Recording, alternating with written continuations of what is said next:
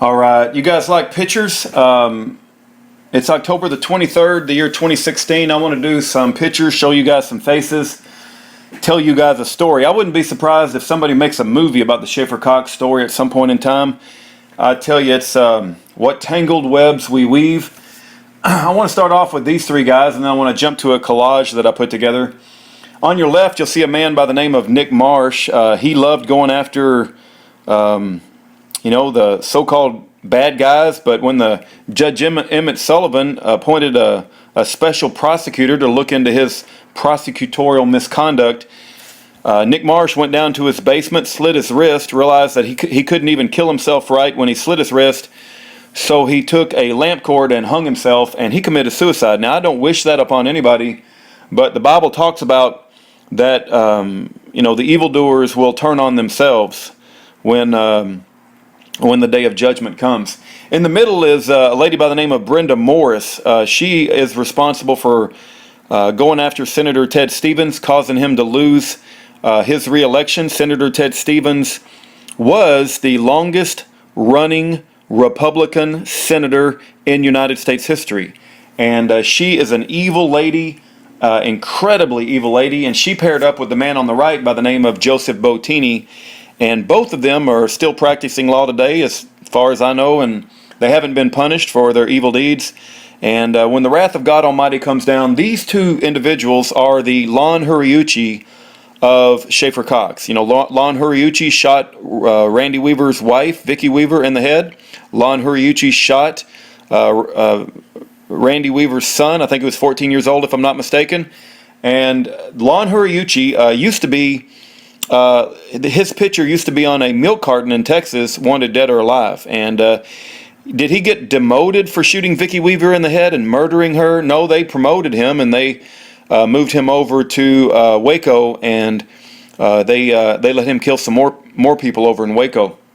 But anyway, that was under Janet Reno, if I'm not mistaken. But you got Nick Marsh, Brenda Morris, and Joseph Bottini. Those are three really, really evil people. One of them ended up killing himself because he recognized what he did was so bad, and he knew that there was a special prosecutor coming to investigate him. But let's go up to my collage, and you guys see that. I want to just go through some pictures, and maybe I'll do this later on, and I'll keep adding pictures because there's so many people to add to this. Humanity is, the Bible says that our hearts are wicked. The heart is deceitful. Who can know it? But on the left, you have Senator Ted Stevens. You may not agree with his bridge to nowhere, and he stood up for Alaskans. The Alaskan folks loved him. He didn't do anything wrong. I'm convinced that he was trying to do the right thing, and he was an ethical World War hero. He had a good sense of fairness, and he might have tried to get money for his state, but that's pretty typical amongst senators. And he was going to stand up against Obamacare. And the Obama administration under Eric Holder and Loretta Lynch said, hey, let's go after Senator Ted Stevens and let's keep him from winning re-election. So they brought up this, it wasn't quid pro quo, which is this for that. It was he failed to conceal gifts that were given to him as a senator by the man on the far right. So you guys see, that's Senator Ted Stevens right there. Hopefully you guys see that. And he's not a bad guy in the story. He's just a senator. He's trying to do what's right. And the people just to the right of him, Loretta Lynch. Where's Eric Holder? Are you kidding me? Did I forget to put Eric Holder's picture in here? You got to be kidding me. Oh my goodness. Wow, I got to put Eric Holder's picture in here. Give me just a second, guys. Is that it? Yeah. We can't have this complete without Eric Holder. Let's... My, that's just not right. We'll put him right here. I didn't even realize I forgot him. So you guys see Eric Holder there? And he's up there with Obama, Eric Holder, Loretta Lynch. Eric Holder, you say, well, he got to come in, but he had no choice but to dismiss the charges against Senator Ted Stevens. He almost tried to use, he was an opportunistic son of a gun. I know a lot of opportunistic people in my life. I don't quite care for opportunistic people. But in any event, Eric Holder came in and he used the situation to try to make himself look good But in actuality, he's just as corrupt and evil as the rest of the Obama administration. But so you got Senator Ted Stevens, you got Loretta Lynch, U.S. Attorney General, you got Eric Holder, who was brought in just as Senator Ted Stevens' thing was breaking loose, and he looked like he was trying to do the right thing, but everybody had high hopes for Eric Holder, but he ended up being more corrupt than anyone you can imagine, certainly his predecessors. Then you have Obama, the son of Satan, over here clapping for Eric Holder and also clapping for Loretta Lynch. And let's just go maybe, let's go counterclockwise. You got Karen Loeffler. Yeah, we'll go counterclockwise around the edge and we'll go down in the middle. So Karen Loeffler is the United States Attorney General for Alaska. She's the one that we need to write to, both email and phone number. She's the one responsible. It was under her watch that Stephen Scrocchi, Yvonne Lamoureux, and Joseph Bottini. Joseph Bottini headed up the prosecution, the unjust prosecution of Senator Ted Stevens. And Karen Loeffler is one wicked Jezebel. There's a special spot in heaven for Karen Loeffler, Loretta Lynch, Brenda Morris, Nick Marsh, Joseph Bottini, Obama, and I'm going to throw some more people in there that may surprise you, but Scrocchi and Yvonne Lamoureux, Stephen E. Scrocchi and Yvonne Lamoureux. But Karen Loeffler headed up the investigation in the Department of Justice, the FBI entrapment with Richard Sutherland, Sandra Klein.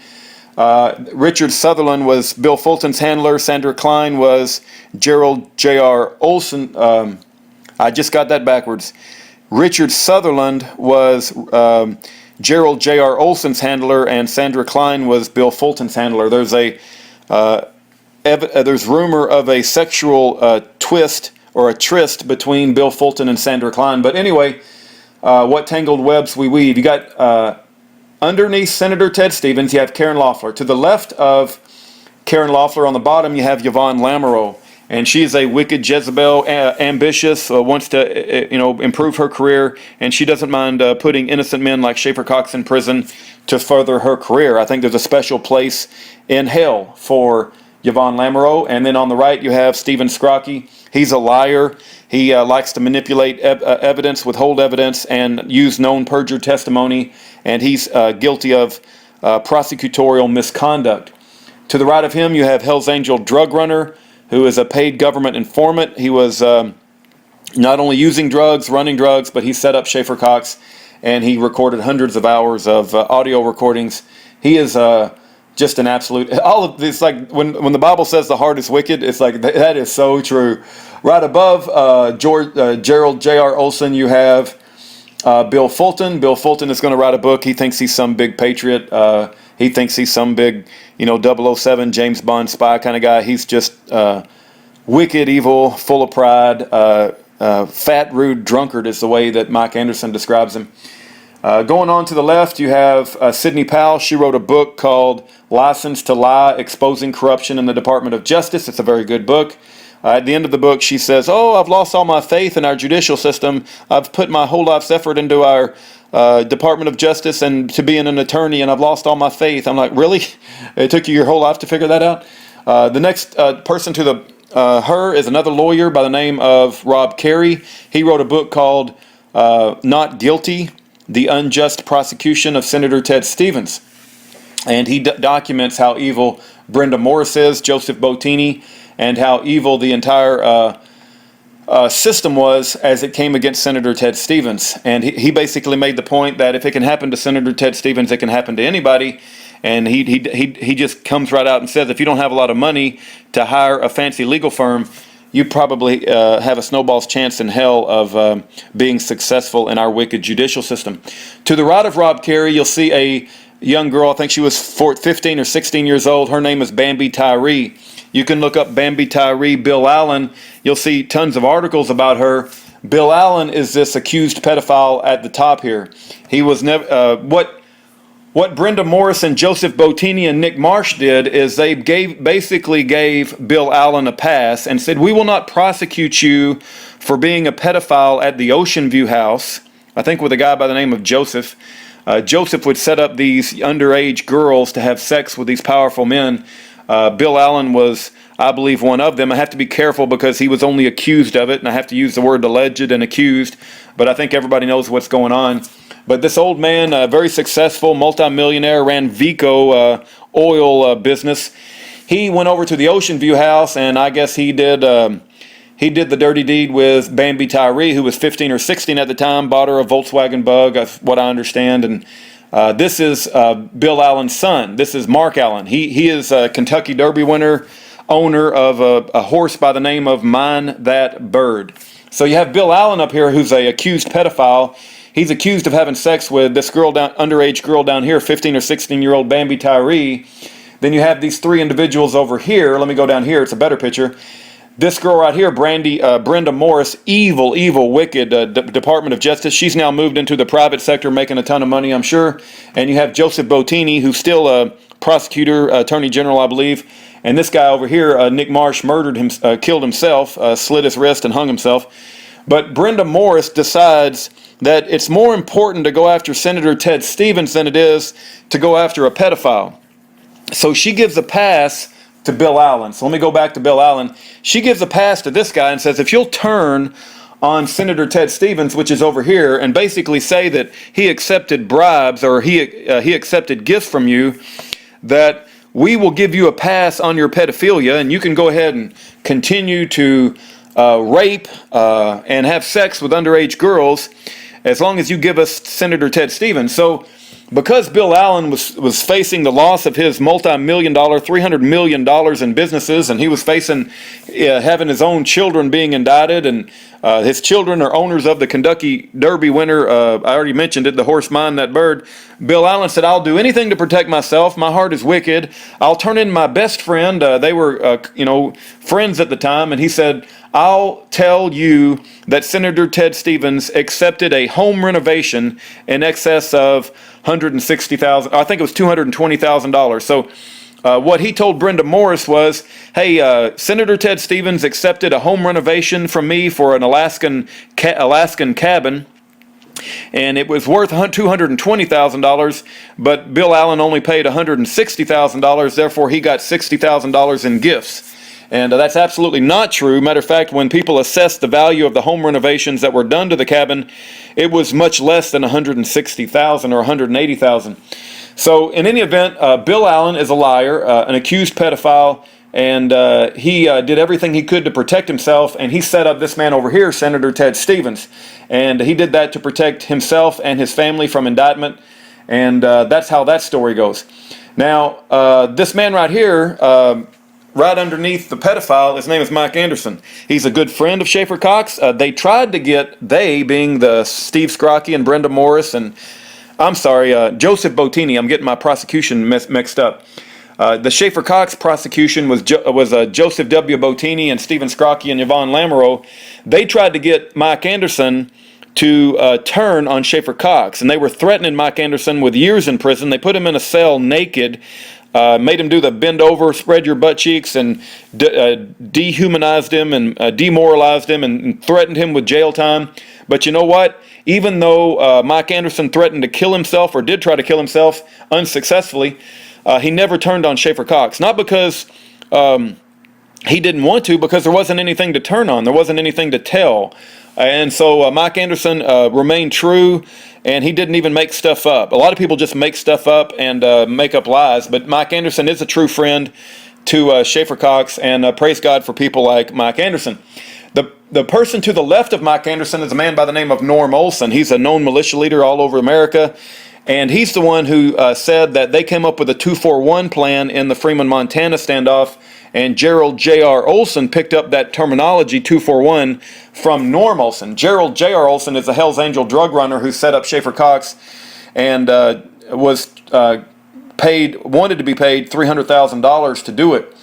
And he was at the Freeman, Montana standoff with this Norm Olson. They're not related, but they just happen to have the same last name. To the left of Norm Olson, the recognized famous militia leader, he's a good guy from everybody that tells me that talks to him. He's the real deal, but he's surrounded by feds all the time because they want to set him up. To the left of Norm Olson is a man by the name of Judge Robert Bryan. They could not find any federal judge in Alaska to take Schaeffer's case, so they had to bring a federal judge out of state, and this guy was senile. He could not hear. When you bring a judge out of retirement, they certainly are not worried about if you impeach them. There's been very few, I think maybe 11 to 13, maybe even less than 13 Just look up federal judges impeached in the history of the United States. But if you bring a judge out of retirement, there's no accountability. They don't care if you impeach them. They're retired anyway. So he helped the kangaroo court. He helped ramrod Schaeffer Cox into 27-year unjustly incarcerated prison sentence. So that's this man right here, Judge Robert Bryan. He was basically senile and couldn't hear, and he believed that the prosecutors at Schaeffer Cox's case had integrity. But the Office of Public Integrity has no integrity, and that's because we've let Obama appoint Loretta Lynch and Eric Holder, and they have appointed Karen Loeffler and all of these evil prosecutors.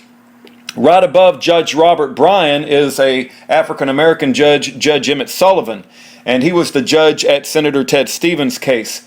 Now, Judge Emmett Sullivan, everybody looks to him as a hero, and he did the right thing in Senator Ted Stevens' case.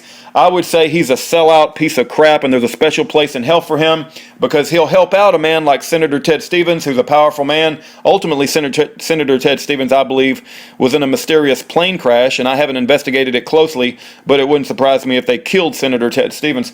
But Judge Emmett Sullivan supposedly, he did appoint the man above him, Hank Schulke, as a special prosecutor to investigate these three people. And when Hank Schulke went after these three people, that's when Nick Marsh committed suicide. And these two people there's a 500-page report called the Hank Schulke Report that identifies Brenda Morris and Joseph Bottini as performing prosecutorial misconduct, including using known perjured testimony and withholding exculpatory evidence, which is a Brady violation and a NAPU violation. So you have all of the people in this collage, and the reason I don't like Judge Emmett Sullivan is because they soft-pedaled the investigation. These three people were not prosecuted at all. They didn't even get a suspension of their license. They continue to do legal practice today. So basically what Hank Schulke and Judge Emmett Sullivan did is, you can be wicked, you can send innocent man to prison, you can falsely prosecute innocent people, and we're not going to do anything to you. We might slap you on the wrist, and we might write a report and say bad boy, but we're not going to fine you, we're not going to imprison you, we're not going to take away your law license. And so Judge Emmett Sullivan is an absolute piece of garbage, compromising piece of scum. He should never be allowed to be a judge. Hank Schulke is a sellout piece of garbage. So let's just go over these people one more time from counterclockwise, starting at top left. Senator Ted Stevens, Karen Loeffler. Let me start again. Senator Ted Stevens, longest running Republican senator in United States history. He lost his 7th bid for election, which paved the way for Obamacare because he was unjustly targeted by the Obama Department of Justice. I don't even want to bring up the separations of powers and how the executive branch should in no way whatsoever be able to go after a senator. The senators should hold senators responsible, and there's a constitutional separation of powers act that we haven't even got into yet. You have Karen Loeffler underneath Senator Ted Stevens, evil, wicked Jezebel, U.S. Attorney for Alaska. Yvonne Lamoureux is a Jezebel in training underneath Karen Loeffler. Wicked, wicked lady. Very, very special place in hell for these type women who use their position of authority to go after innocent men to further their career. Stephen Scrocky is a pencil neck drug meth. I believe he does meth drugs, and I believe he's losing his teeth because he does so much meth. I believe he's an evil, wicked bastard who was under the direction of Joseph W. Bottini. Just to the going up here to the top again, you got Loretta Lynch, Attorney General for the United States, part of the illegal foreign coup. Wicked, wicked, evil lady, like the queen bee of wicked Jezebels. To the right of her, you have Eric Holder, the most wicked man who's ever been Attorney General in the history of the United States. And then you have the son of Satan to the right of him, Obama, who's a illegal foreign usurper, not a natural-born citizen, part of the illegal foreign coup that has taken over the commander-in-chief of our military. Underneath them, you have this picture. I'll zoom in it again. You have Nick Marsh, committed suicide. Brenda Morris, Jezebel in training. Special place in hell for women like that. Joseph W. Bottini furthered his career, broke every prosecutorial misconduct rule that you can imagine in the Senator Ted Stevens case. And also he was a lead prosecutor for Schaeffer Cox, and he directed the activities in the Schaeffer Cox case with Stephen Scrocky and Yvonne Lamoureux. Bill Fulton is writing a book. He thinks he's a great patriot, but he's a fat, rude, drunkard, sellout, coward Benedict Arnold. Underneath him, you have Gerald J.R. Olson on a fast train to hell. if you consider a traitor, this man is the biggest traitor that I've ever known about in my entire life. Sitting at the breakfast table with Schaeffer Cox, recording him and his children, all the while trying to set him up to go to prison. To the right of Gerald J.R. Olson, you have Sidney Powell. She wrote a book exposing the Department of Justice called License to Lie. However, my concern with people like her is that she'll write a book, she'll try to make money off of it's called making money or selling umbrellas in a rainstorm, but she's not doing anything to fix it. And when it comes to standing up for the son of a Baptist minister, when it comes to standing up for a poor man like Schaeffer Cox, nobody's around to be found. All these fancy lawyers run away.